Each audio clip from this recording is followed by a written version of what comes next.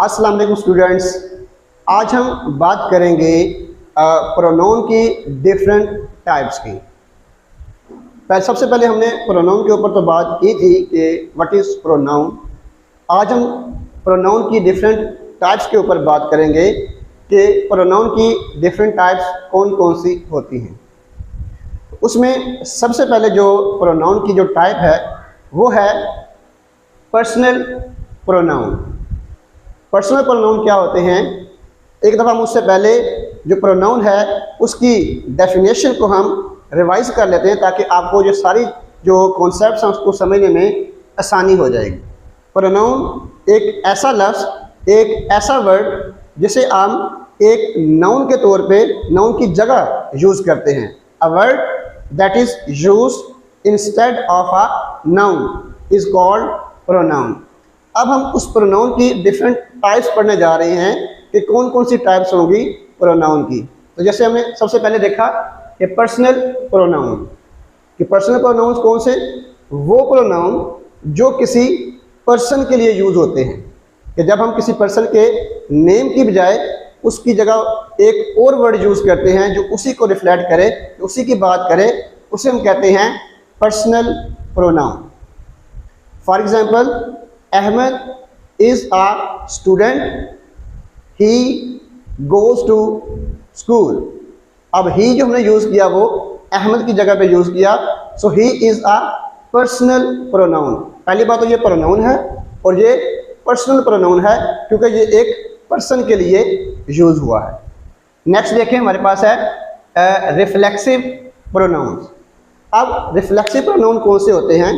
ये वो प्रोनाउन जो एक सब्जेक्ट के रेफर करते हैं। ये एक वर्ब के ऑब्जेक्ट के तौर पर तो यूज़ होते हैं, लेकिन ये साथ ही जो है वो आपके जो सब्जेक्ट होता है उसको भी रिफ्लेक्ट करते हैं। जैसे कि आई हर्ड माई सेल्फ। अब जो माई सेल्फ है, the word self it is use with possessive pronoun. आमतौर पे हम जो पोजेसिव प्रोनाउन होता है जब उसके साथ सेल्फ लगाते हैं तो वो रिफ्लेक्सिव प्रोनाउन बन जाता है और उसका फंक्शन ये होता है कि वो रिटर्न करता है, रिफ्लेक्ट करता है आपके सब्जेक्ट को। जैसे मैंने कहा कि आई हर्ड माई सेल्फ। अब जो ऑब्जेक्ट है वो दोबारा से आई यानी मुझे ही रिफ्लेक्ट कर रहा है। वर्ब के ऑब्जेक्ट के तौर पे तो आया है लेकिन मुझे ही रिफ्लेक्ट कर रहा है। तो वो वाले पोजेसिव जिनके साथ हम सेल्फ यूज़ करते हैं, my self, her self, him self, और उसके अलावा जी जो बाकी वर्ड्स हैं योर सेल्फ, ठीक है जी, और फिर आवर के साथ हम self, our selfs, your selfs, ये वर्ड भी हम यूज़ करते हैं। तो ये जो सेल्फ्स और सेल्फ का जो वर्ड जब हम यूज़ करते हैं किसी प्रोनाउन के साथ तो वो कहलाता है रिफ्लेक्सिव प्रोनाउन, जो एक सब्जेक्ट को ही रिफ्लेक्ट कर रहा होता है, उसी की बात कर रहा होता है। नेक्स्ट हमारे पास है जी एम्फेटिक प्रोनाउन। अब एम्फेटिक प्रोनाउन कौन से होते हैं? जैसा कि ये वर्ड एम्फेटिक से ही क्लियर होता है कि ऐसा प्रोनाउन जो किसी चीज़ पे जोर देने के लिए हम यूज़ करते हैं। बेसिकली ये सब्जेक्ट पे ही जोर दिया जा रहा है, यानी जैसे कि आई माई सेल्फ सॉ हिम, यानी आई माई सेल्फ सॉ हिम। जो यहाँ पे जो माई सेल्फ है ये एम्फेटिक प्रोनाउन के तौर पे इस्तेमाल हो रहा है क्योंकि ये जोर दे रहा है आई के ऊपर, यानी कि किसी चीज़ के ऊपर एम्फेसिस करने के लिए, जोर देने के लिए जब हम प्रोनाउन यूज़ करते हैं तो that is called emphatic pronoun. और जैसे एम्फेटिक और रिफ्लेक्सिव इसमें वर्ड तो सेम आ रहे हैं। माई सेल्फ, उसमें भी माई सेल्फ का वर्ड यूज़ होता है, लेकिन जो रिफ्लेक्सिव प्रोनाउन होते हैं वो सब्जेक्ट को रिफ्लेक्ट करते हैं, उसमें एम्फेसिस इस्तेमाल नहीं होता, एम्फेसिस पर्पस नहीं होता। लेकिन जो एम्फेटिक प्रोनाउन है उसमें एम्फेसिस पर्पस होता है कि हम उस पर जोर दे रहे हैं। नेक्स्ट हमारे पास है डेमोस्ट्रेटिव प्रोनाउन। डेमोस्ट्रेटिव भी इस अपने वर्ड से ही शो हो रहा है कि डेमोस्ट्रेट करना, इशारा करना, वाज़े करना, बताना। जैसे कि दिस इज़ आ बुक। अब दिस जो वर्ड है वो बुक को रेफर कर रहा है, उसी के तौर पे उसके लिए यूज़ हो रहा है, लेकिन यहाँ पे इशारतन डेमोस्ट्रेट करने के लिए हम इसको यूज़ कर रहे हैं।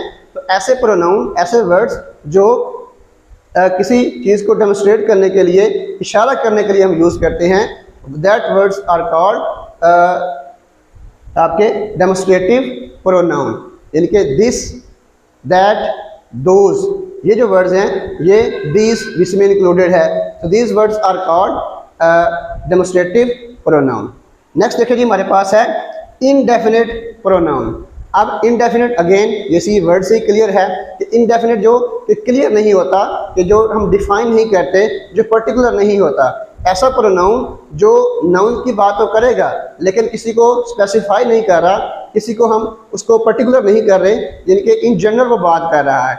और इसमें इनडेफिनिट के अंदर जो आएंगे for example all, some, none. अब ये जो वर्ड्स हैं ये किसी एक पर्सन की बात नहीं करते, किसी को डिफाइन नहीं करते। So these words, these pronouns are called indefinite pronoun. Then हमारे पास है जी डिस्ट्रीब्यूटिव प्रोनाउन। अब डिस्ट्रीब्यूटिव प्रोनाउंस ये भी अगेन उसी का वर्ड देखें कि डिस्ट्रीब्यूट करना और तकसीम करना, कि वो प्रोनाउन जो एक ही टाइम के अंदर डिफरेंट वर्ड्स को उसमें इंक्लूड करता है, हम जो रिस्पॉन्सिबिलिटी है उसके ऊपर हम डिवाइड कर देते हैं। जैसे each student was present in the class. अब ईच स्टूडेंट, हमने यहाँ पे हर एक स्टूडेंट की बात कर दी है, तो और ये सिंगुलर के तौर पे भी यूज़ होता है क्योंकि ये एक हम इंडिविजुअली हर पर्सन के ऊपर इसको अप्लाई कर रहे होते हैं, उसकी बात कर रहे होते हैं। So that's why it is also use as a singular subject. So each, neither, ये जो वर्ड्स हैं ऐसे सब्जेक्ट जो ऐसे वर्ड्स जो इस सेंस में यूज होंगे उन्हें हम कहते हैं डिस्ट्रीब्यूटिव प्रोनाउंस। देन हमारे पास रिलेटिव प्रोनाउन। अब रिलेटिव प्रोनाउन कौन से होते हैं?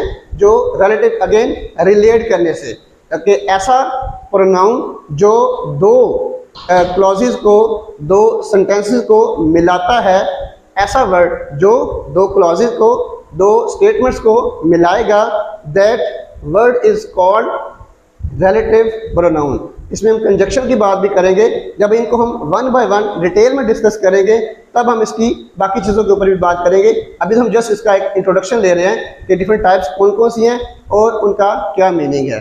सो रिलेटिव प्रोनाउन के दो स्टेटमेंट्स को, दो क्लॉजेस को जो वर्ड आपस में मिलाएगा, that is called relative pronoun.